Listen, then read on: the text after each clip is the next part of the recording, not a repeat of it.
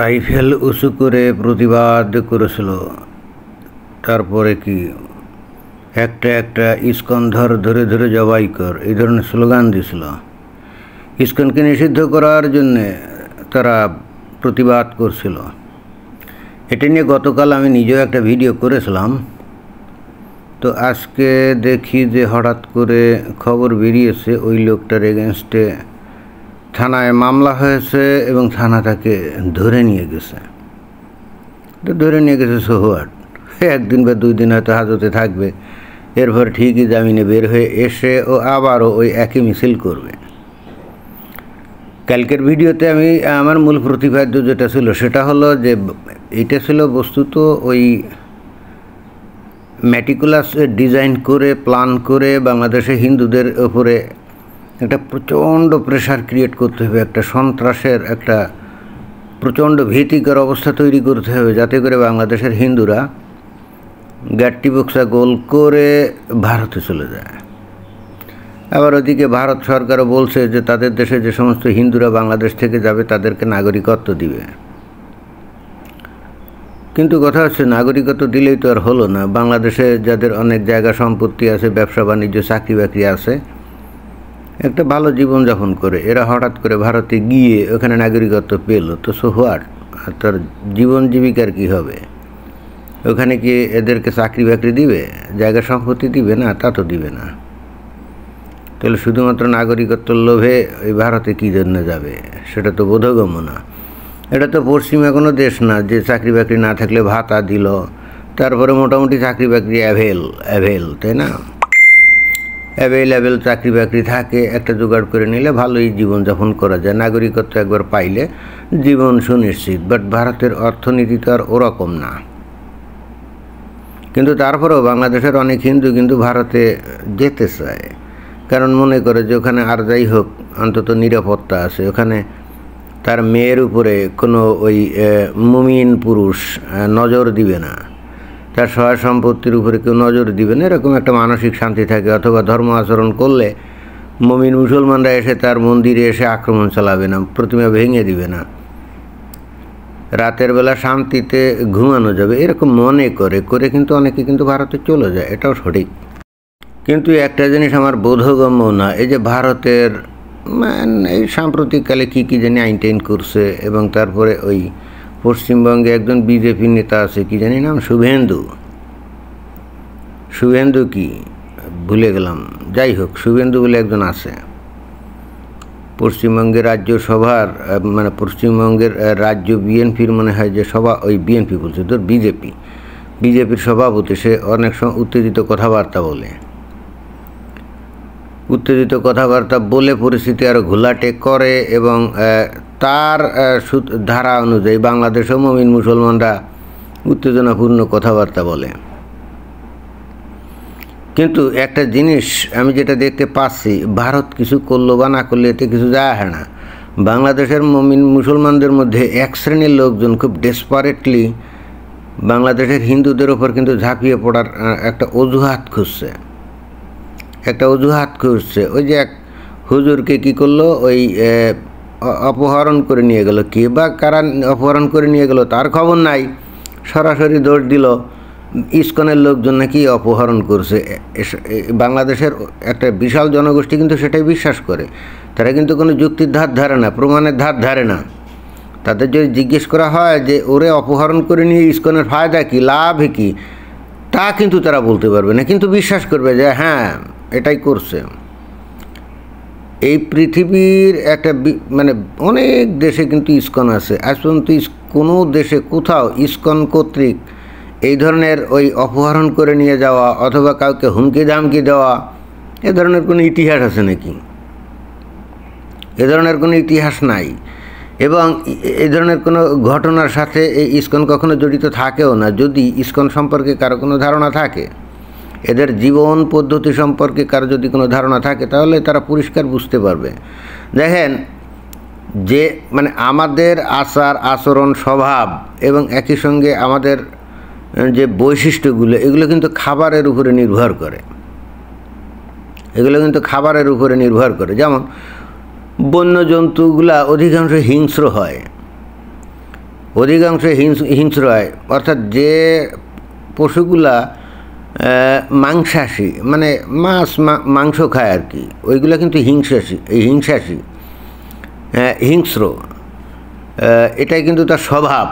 কিন্তু যে সমস্ত পশু প্রাণী তৃণভোজী বা শাকসবজি ভোজী, অর্থাৎ নিরামিষাশী যেটাকে বলা হয়, তাদের স্বভাব কিন্তু শান্ত, শিষ্ট, নিশ্চল, এবং তারা কিন্তু ওই হুটহাট করে রেগে যায় না।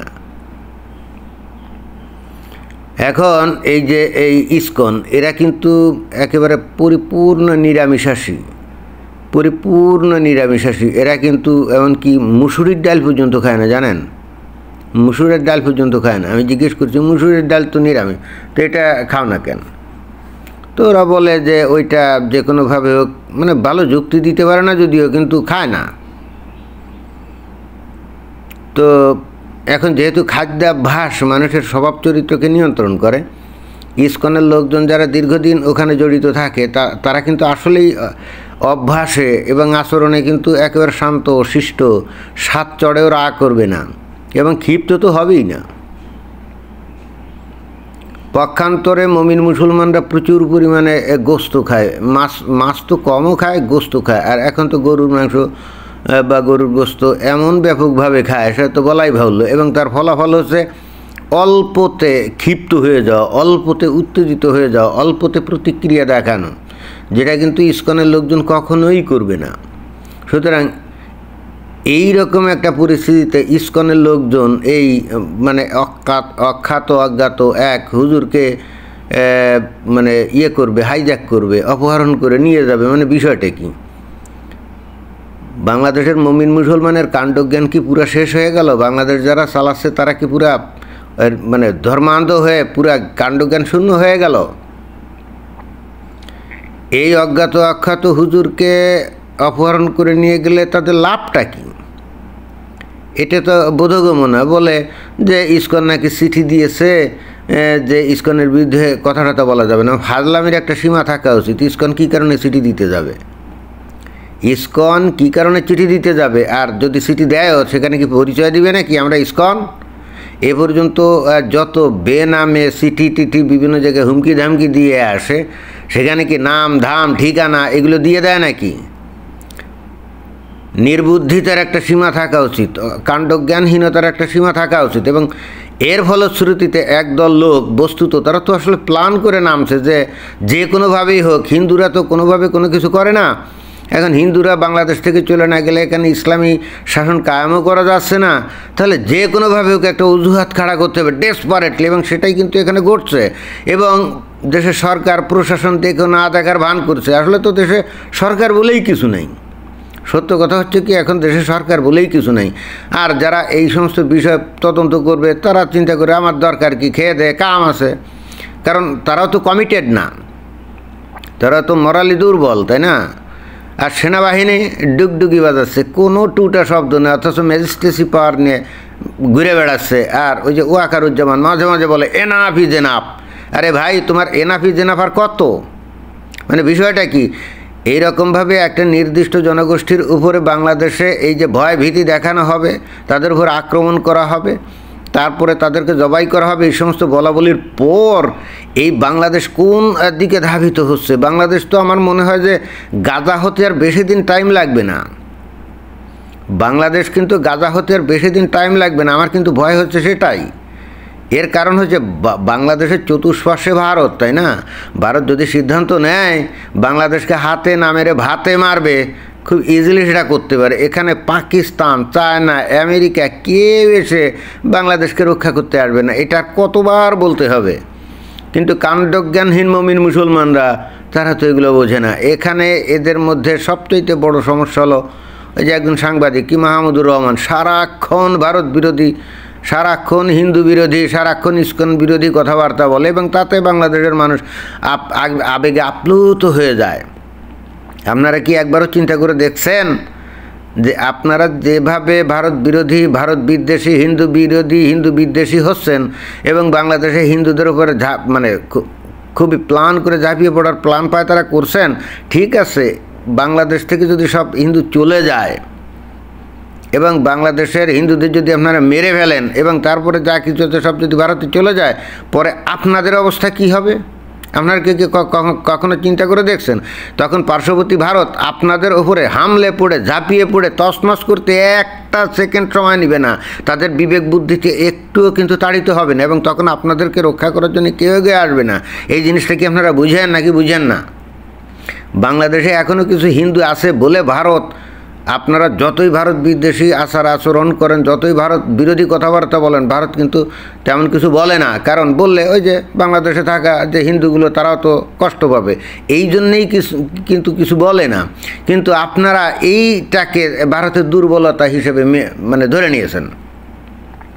দেখেন যে পাকিস্তানে এখন আর হিন্দু টিন্দু বলে তেমন কিছু নাই, যে কারণে পাকিস্তানে ঠিকই টাইম টু টাইম তারা সার্জিক্যাল অ্যাটাক কিন্তু ঠিকই করে ফেলে। কি করে না? বাংলাদেশে কেন করে না? বাংলাদেশে করে না কারণ বাংলাদেশে ব্যাপক মানে অন্তত ব্যাপকভাবে না 7-8% হিন্দু তো আছে, কয়েক কোটি হিন্দু আছে না?